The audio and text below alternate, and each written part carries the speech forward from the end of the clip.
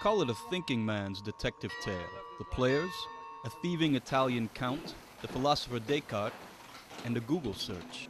The story began centuries ago. It ended this week in Paris. A letter written by French thinker René Descartes in 1641 and stolen more than 150 years ago was returned home.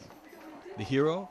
You might say the internet. I am of course a bit amazed what a simple search at home from your home computer late at night can do. What happened was this. An Italian count by the name of Guglielmo Libri was a mathematician in France in the 19th century. He was also in charge of inspecting archived documents. But here was the problem with that. He liked to steal them. The Descartes letter is believed to be among thousands of documents he stole and later sold. This particular letter eventually wound up in the special collection at a university in the U.S. state of Pennsylvania, HAVERFORD College.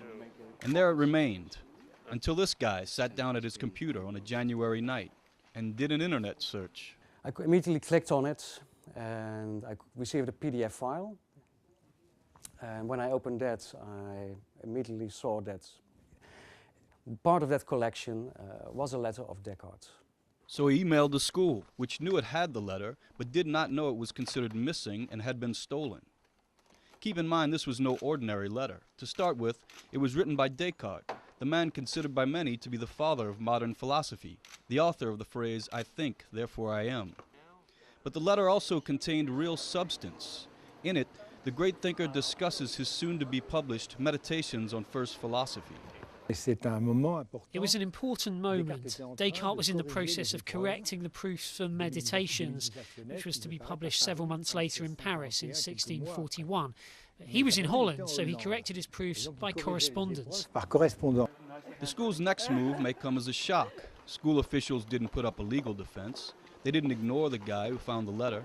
They simply said they would give it back. As far as returning the document goes, it was easy.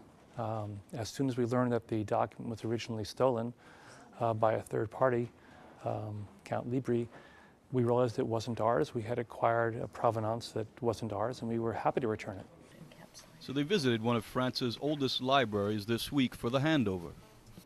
The Americans would not leave empty-handed. They would be awarded 15,000 euros for their goodwill.